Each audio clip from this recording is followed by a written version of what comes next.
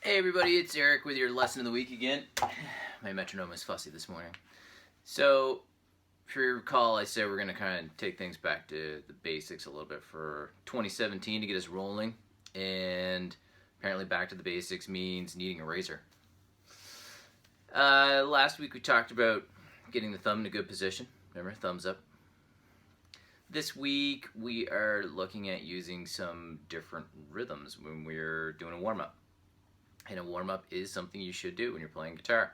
Because just like any other sport or exercise that you do, you are going to use muscles. So we're going to take this and use the quasi-chromatic scale that we've done multiple times before. And essentially we're going to do a little bit of what I was doing there at the start. Now we won't go into quite all the rhythms that I covered today. We'll save that for a little bit down the road because they're a little more challenging. But we're going to start with three really important and common rhythms to use, and that's the 8th note, the triplet, the 8th note triplet, and the 16th note. It's important that you use a metronome like I had running there, and you keep it slow. I think this morning we have it at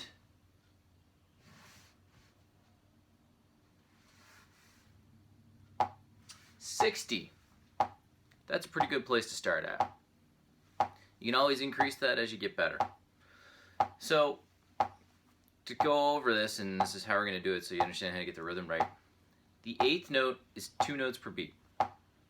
And the easiest way to count that is 1 and 2 and 3 and 4 and 1 and 2 and 3 and 4 and. One of the things you might want to do is you might want to try saying that while you practice it. Instead of just going and having no idea that you're doing anything with a metronome, because that has nothing to do with anything. You might want to sit there and go 1 and 2 and 3 and 4 and 1 and 2 and 3 and 4 and 1 and 2 and 3 and 4 and that will help you kind of space those out in a better place. So that's going to be number 1 that you do. Number 2 is the 8th note triplet. And people get confused with the triplet.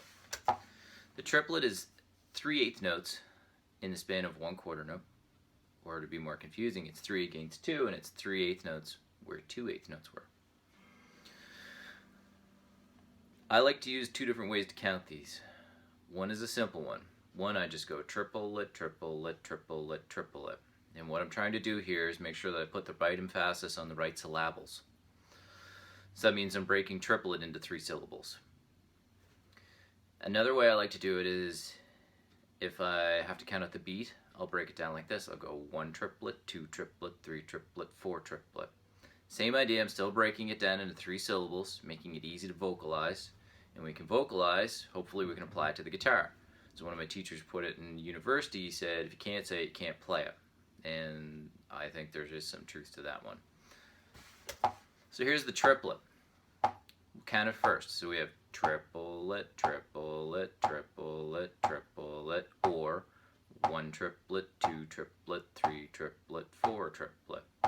Then we'll apply that to the guitar. You're going to find that your accent note shifts from finger to finger, because we're not doing it in a simple 2 or a 4 pattern now, even though we're using a 4-finger pattern. This is great for finger independence, and it's great for building that control in the right hand. So here we go. 3, 4, 1 triplet, 2 triplet, 3 triplet, 4 triplet, 1 triplet, 2 triplet, 3 triplet, 4 triplet. And then we can come back down. 1 triplet, 2 triplet, 3 triplet, 4 triplet, 1 triplet, 2 triplet, 3 triplet, 4 triplet. Okay. Our last one is the 16th note. That's 4 per beat. With the 16th note, I think it's kind of a standardized way of counting it. And the way we do it is 1 E and a. So whether we're going real fast, 1 E and a, 2 E and a, 3 E and a, 4 E and a, rolls fairly nicely. Or if we're going really slow, 1 E and a. It helps us really accent all 4 of those notes in the beat. So remember, 16th note is 4 notes per beat.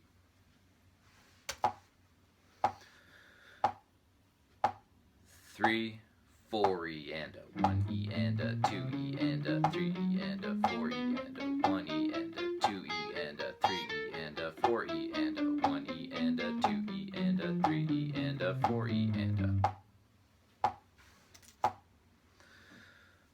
So the 3 things we covered were the 8th note, which is 1 and 2 and 3 and 4, and the triplet, which we can go 1 triplet, 2 triplet, or triplet, triplet, 1 triplet, 2 triplet, 3 triplet, 4 triplet, 1 triplet, 2 triplet, 3 triplet, 4 triplet. And then the 16th note, which is 4 per beat, 1 E and a, 2 E and a, 3 E and a, 4 E and a. And then we put those together in an exercise. So we might go 1 and 2 and 3 and 4 and 1 and 2 and 3 and 4 and 1 and 2 and 3 and 4 and then we can shift up and come back down in triplets.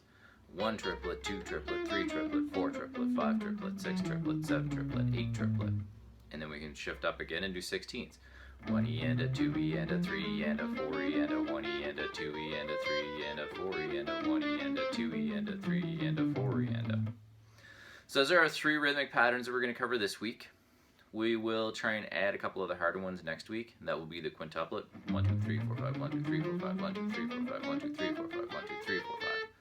And then the sextuplet. 1, 2, 3, 4, 5, 6, 1, 2, 3, 4, 5, 6, 1, 2, 3, 4, 5, 6, 1, 2, 3, 4, 5, 6. So a little bit faster. But we're going to keep the metronome nice and slow, just like you should at home.